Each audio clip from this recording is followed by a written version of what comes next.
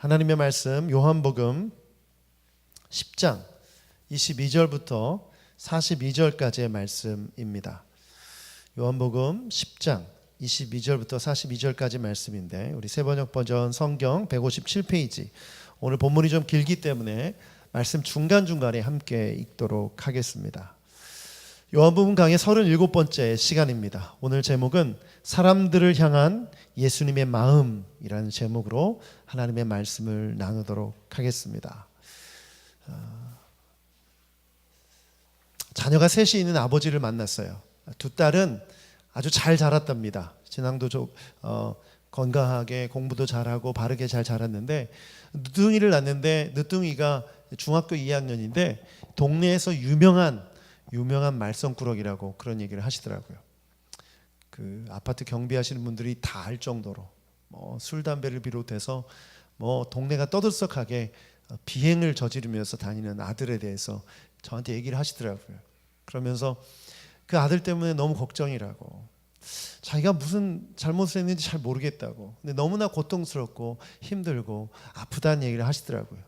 저도 사춘기 아이들을 키우고 있는 입장이어서 그 얘기를 듣는데 저도 마음이 아프더라고요. 그러면서 아이들이 부모의 마음을 알까? 정말 그 아들이 잘 되길 바라고 옳은 길로 바른 길로 가길 바라는 이 부모의 마음을 알까? 그런 생각을 하게 됐어요. 오늘 예수님의 마음 묵상하게 됐어요. 예수님을 둘러싼 유대인들이 아주 집요하게 예수님을 따라다니잖아요. 어떻게 하면 고발할까? 어떻게 하면 문제를 삼을까? 그래서 항상 질문하고 때로는 돌을 들기도 하고 때로는 여러 가지 함정을 파놓기도 하고, 그런데 끊임없이 예수님은 그들을 향해서 복음을 전하시고 하나님의 마음을 나누세요. 예수님의 마음이 무엇이었을까? 예수님 마음속에 어떤 마음이 있었길래 저렇게 하실 수 있을까? 그런 질문을 가지고 오늘 말씀을 보게 됐습니다. 오늘 말씀을 통해 오늘 세 가지를 나눌 텐데, 하나님이 우리를 향한 마음 세 가지를 깨닫고 적용하는 여러분 되시길 축복합니다. 첫 번째 같이 읽어보겠습니다. 시작. 하나님은 모든 인간을 구원하길 원하십니다. 자, 22절부터 30절까지를 교독하겠습니다. 22절 제가 먼저 읽겠습니다. 예루살렘은 성전 봉헌절이 되었는데 때는 겨울이었다. 예수께서는 성전 경내에 있는 솔로몬 주랑을 거닐고 계셨다. 그때 유대 사람들은 예수를 둘러싸고 말하였다. 당신은 언제까지 우리의 마음을 졸이게 하시렵니까? 당신이 그리스도이면 그렇다고 분명하게 말하여 주십시오. 예수께서 그들에게 대답하셨다. 내가 너희에게 이미 말하였는데도 너희가 믿지 않는다. 내가 내 아버지의 이름으로 하는 그 일들이 곧 나를 증언해 준다. 그런데 너희가 믿지 않는 것은 너희가 내 양이 아니기 때문이다. 내 양들은 내 목소리를 알아듣는다. 나는 내 양들을 알고 내 양들은 나를 따른다. 나는 그들에게 영생을 준다. 그들은 영원토록 멸망하지 아니할 것이요 또 아무도 그들을 내 손에서 빼앗아 가지 못할 것이다. 그들을 나에게 주신 내 아버지는 만유보다 더 크시다. 아무도 아버지의 손에서 그들을 빼앗을 수. 함께 읽겠습니다. 나와 아버지는 하나이다. 아멘. 성전 봉헌절이 되었어요. 수전절이라고 하죠.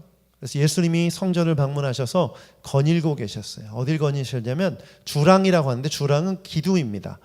우리가 구약 성경에서 읽었죠. 솔로몬이 성전을 다 짓고 난 다음에 그 앞에 두 기둥을 세웠어요. 기억나세요? 야긴과 보아스. 이 야긴과 보아스, 이 두 기둥은 노수로 만들어졌는데 번쩍번쩍 햇빛이 비치면 빛이 비춰지는 그런 기둥이었어요. 멀리서 보더라도 그 기둥을 보면서 하나님이 살아계시는구나, 하나님이 임재하시는구나 이렇게 볼 수 있게 거기를 거닐고 계셨는데, 갑자기 유대인들이 둘러쌉니다. 둘러싸고 뭘 물어보죠? 당신이 메시아냐, 그리스도이냐? 더 이상 마음을 졸이게 하지 말고 속 시원해 그렇다고 얘기해라. 그런데 여러분, 예수님이 말씀하셨어요, 안 하셨어요? 말씀하셨었죠. 이미 내가 그리스도다 여러 번 말씀하셨는데 그들이 그것을 듣지 못했어요. 그때 예수님이 그들이 듣지 못한 이유에 대해서 이렇게 말합니다. 그들은 내 양이 아니기 때문에. 내 양들은 내 목소리를 알아듣는다. 나는 내 양들을 알고 내 양들은 나를 따른다. 그러니까 너희들이 내 양이 아니기 때문에 내 말을 듣지 못한다. 이렇게 말씀하시는 거예요. 그런데 제가 이 말씀을 보다 이런 생각이 들었어요. 그러면 예수님의 음성을 듣기로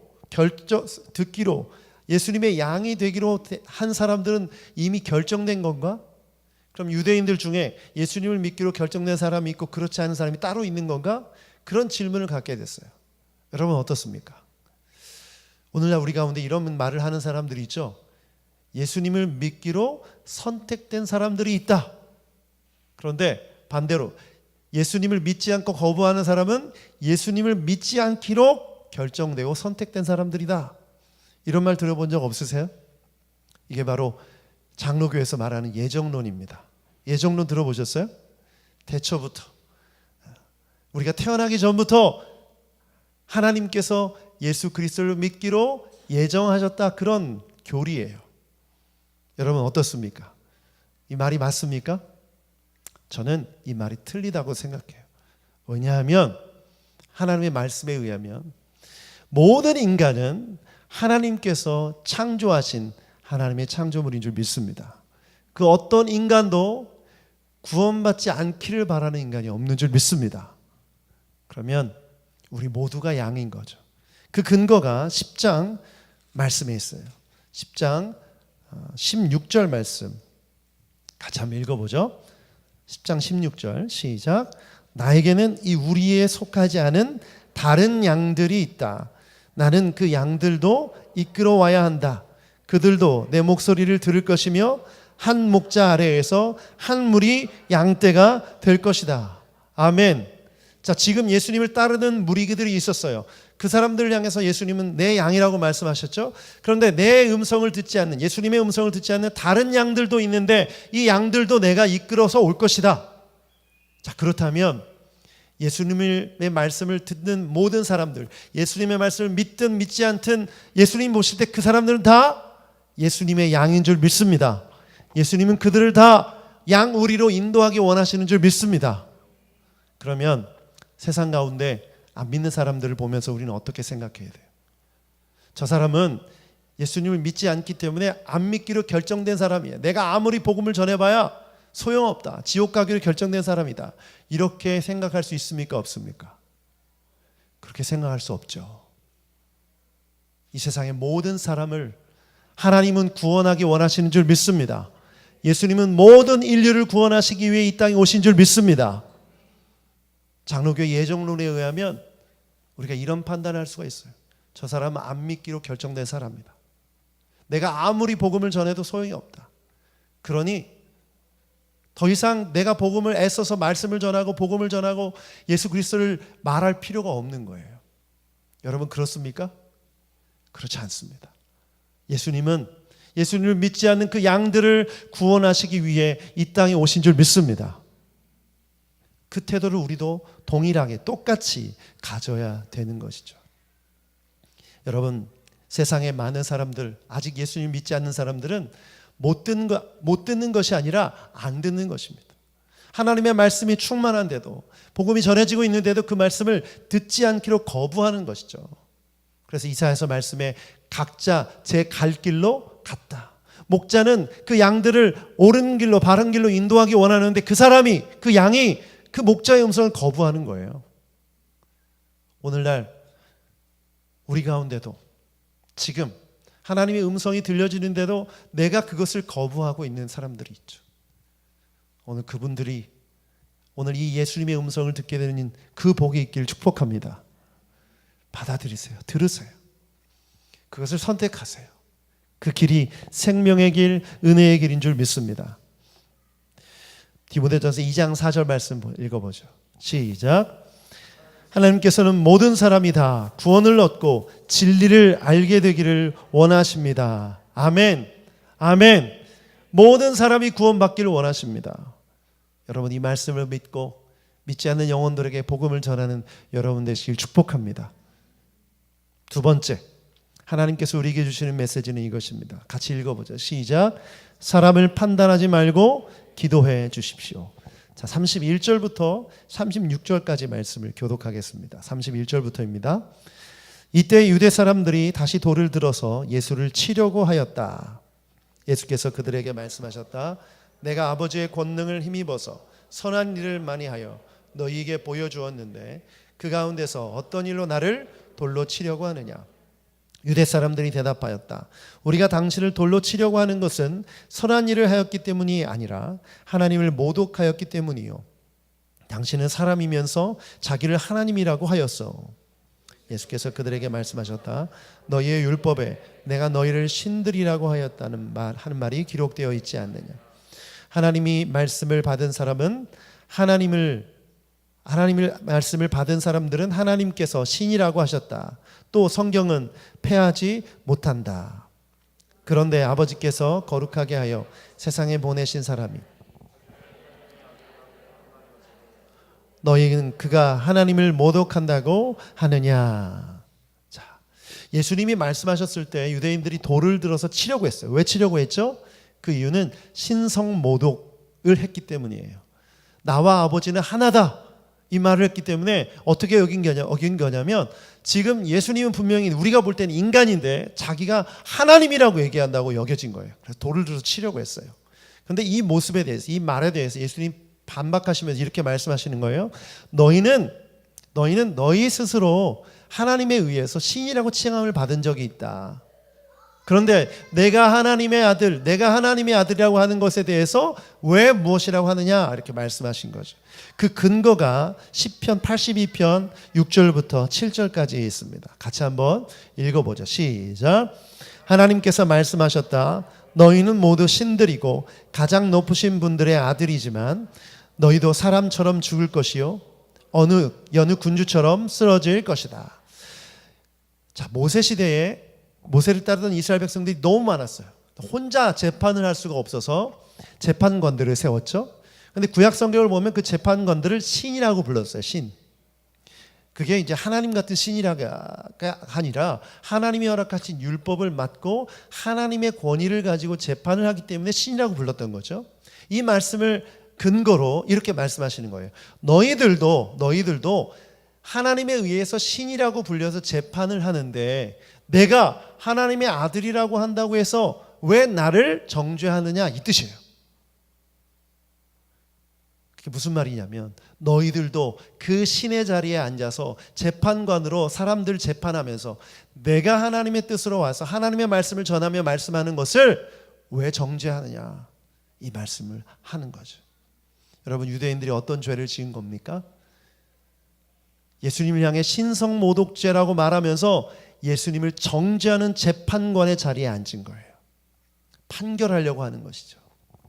여러분, 우리도 이런 자리에 오를 수 있습니다. 뉴스를 보면서 사람들의 죄를 보면서 우리도 소파에 앉아서 재판장으로서 판결봉을 두드려요. 저 죄인 벌받아 마땅하다 표현하는 사람도 있지만 마음속으로 생각하는 사람도 있죠. 여러분, 우리 모든 그리스도인들은 결코 재판관의 자리에 앉지 말아야 됩니다. 오직 심판하실 분은 누구십니까? 예수 그리스도 하나님 한 분밖에 없는 줄 믿습니다. 뉴스를 보면서 또 성도들의 연약하고 부족한 부분을 보면서 여러분 정죄하지 마세요. 오히려 뭘 해야 됩니까? 자기 자신의 죄에 대해서 돌아봐야 되죠. 자기 자신의 죄에 대해서. 마태복음 7장 4절 말씀에 이런 말씀이 있어요. 같이 한번 읽어보죠. 시작. 내 눈 속에는 들보가 있는데 어떻게 남에게 말하기를 내 눈에서 티를 빼내줄 테니 가만히 있거라 할 수 있겠느냐. 예수님의 말씀이에요. 우리는 우리의 뜬 눈을 가지고 자기를 보기보다 남을 보기를 즐겨해요. 그래서 그 사람의 문제에 대해서 지적하고 그 사람의 죄에 대해서 판결하려고 하는 악한 본성이 있는 거죠. 여러분, 다른 사람을 보기 전에 여러분 스스로를 보기를 축복합니다. 저는 그래서 그리스도인의 성숙이 이런 거라고 생각해요. 남을 보고 판단하기 전에 내가 어떤 문제가 있는지, 나에게 어떤 잘못이 있는지를 보는 거죠. 미투 운동을 통해서 세상 사람들이, 지도자들이 음란의 문제로 넘어질 때 그래 저렇게 벌받아 마땅하다 이게 아니라 내 안에 있는 음란의 문제가 뭐가 있는지를 봐야죠. 부정직하고 죄 짓는 사람들을 보면서 내 안에 어떤 문제가 있는지를 봐야 되는 거예요. 그래야 우리가 그리스도인으로서 성숙한 모습으로 나아갈 수 있는 것입니다. 여러분 오해하지 마세요. 유대인들 굉장히 신앙생활 열심히 했습니다. 밤낮으로 성경 읽고 하루에 3번씩 기도하고 금식하고 헌금 많이 했어요. 예배 안 빠졌습니다. 여러분들처럼 예배 열심히 드리고 종교적인 열심히 있었어요. 그런데 문제가 뭡니까? 심판자의 자리에 앉는 거예요. 재판관이 되는 거예요.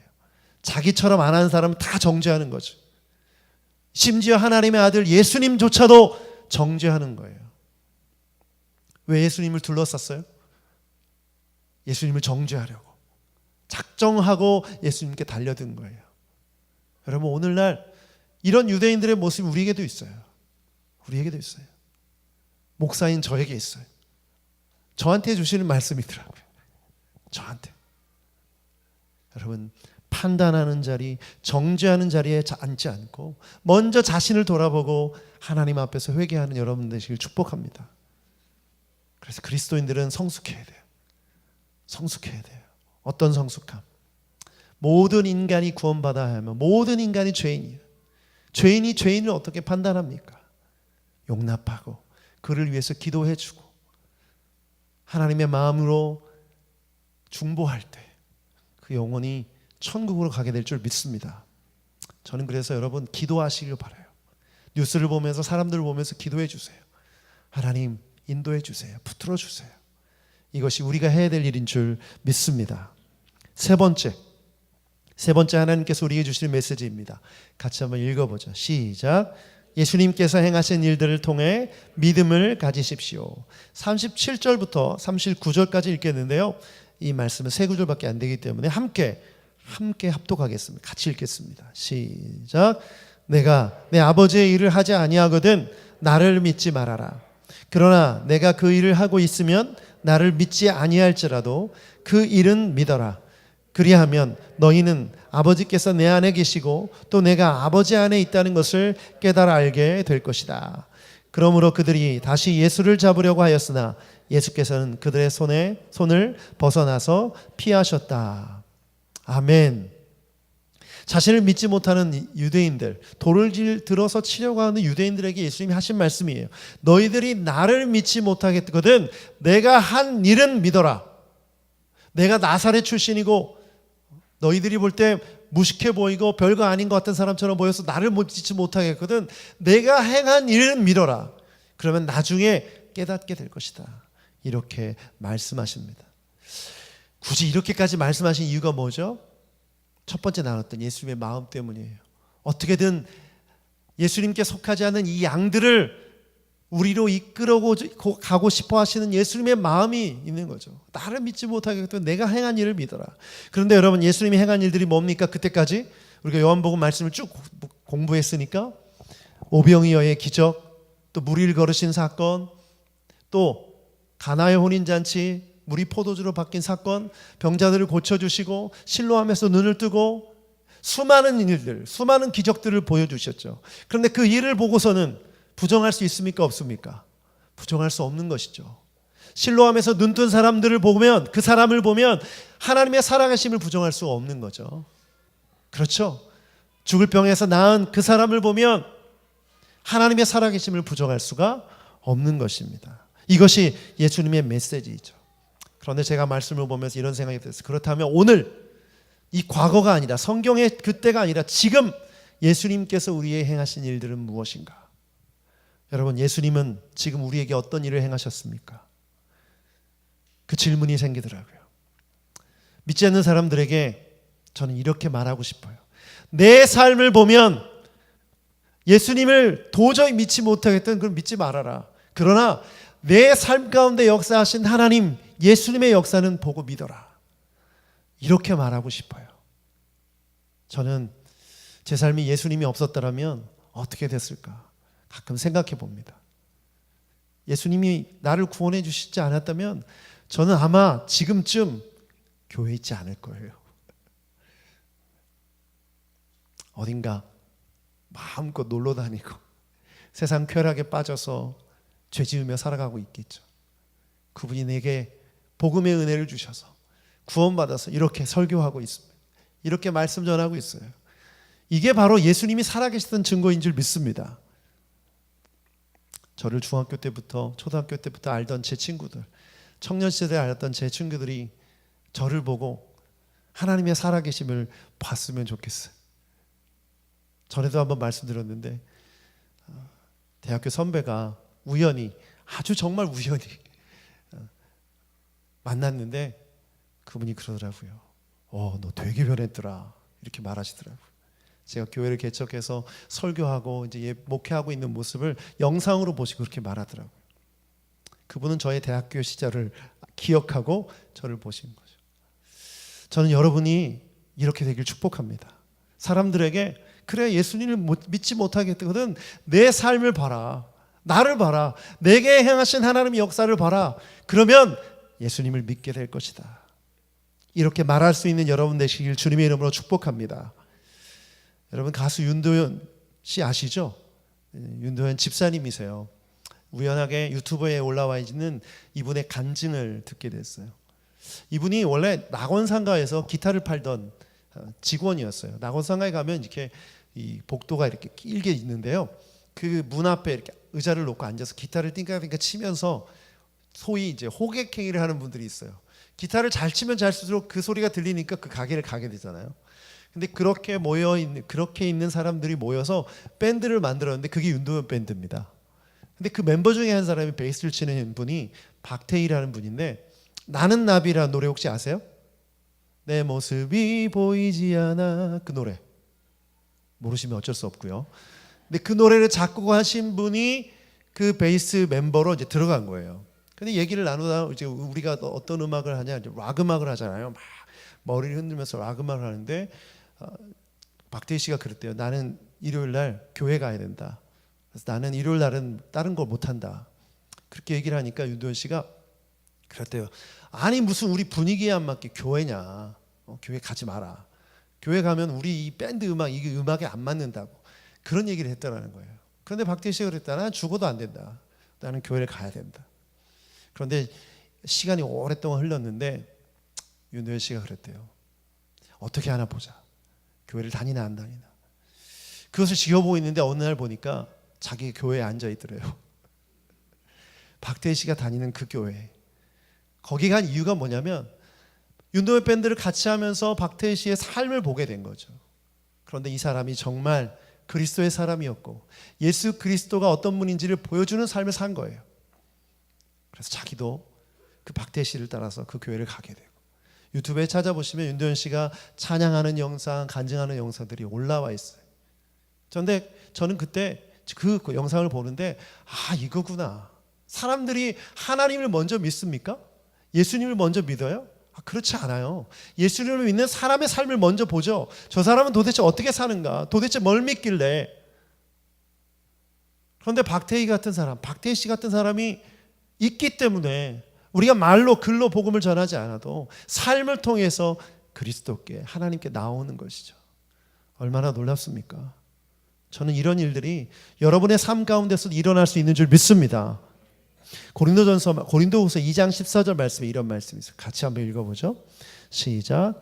그러나 그리스도의 개선 행렬에 언제나 우리를 참가시키시고 그리스도를 아는 지식의 향기를 어디에서나 우리를 통하여 풍기게 하시는 하나님께 감사를 드립니다. 아멘. 바울이 살았던 시대는 로마 시대였죠. 로마 시대, 로마 하면 뭐가 떠오르세요? 해가 지지 않는 나라. 그 길을 뚫어서 전 세계를 다 통치하던 그런 나라죠. 그런데 이 로마가 가장 자랑스럽게 여겼던 게 뭐냐면 군대예요. 군대. 로마 군대가 지나가면 초토화됩니다. 이길 수 있는 나라가 없어요. 그런데 이 로마 군대가 가서 승리를 한 다음에 로마로 돌아옵니다. 그러면 승리했다는 소식을 이미 알고 있죠. 로마 군인들이 길을 따라서 행군을 하며 오면 사람들이 막 환영을 해요. 백성들이. 근데 로마 그 환영식을 이루기 위해서 로마 안에서는 향을 피우는 거예요. 근데 이 향이 멀리까지 퍼져나가는 거죠. 그러면 사람들이 그 향 냄새를 맡으면 어떻게 생각하는 거예요? 우리가 이겼구나. 우리가 승리했구나. 그래서 그 군인들을 환영하며 축복해주며 축하해주는 거죠. 그런데 이 향기가 로마 시민들에게는 향기로운 냄새고, 로마 시민이 아닌 그 전쟁에서 패하고 끌려오는 노예들, 포로들은 죽음의 냄새겠죠. 그 향기가 어떤 사람에게는 기쁨의 소식이고 어떤 사람에게는 심판의 소식인 거예요. 그 얘기를 말하는 거죠. 그래서 바울 사도는 우리가 바로 그리스도의 개선 행렬에 참여한 군인들이다. 우리가 지나갈 때 그 향기가 나서 믿지 않는 자들에게 구원의 소식을, 하나님이 살아계심을, 예수 그리스도가 구원자임을 보여주는 것이다. 그런 의미로 고린도후서 2장 14절을 말씀한 거예요. 저는 이 말씀이 우리에게 주시는 말씀인 줄 믿습니다. 저는 한국 교회를 볼 때 안타까운 마음이 있어요. 일제시대 때만 해도 그리스도인 하면, 교회 다닌다고 하면 다 어떤 단어를 떠올리는지 아세요?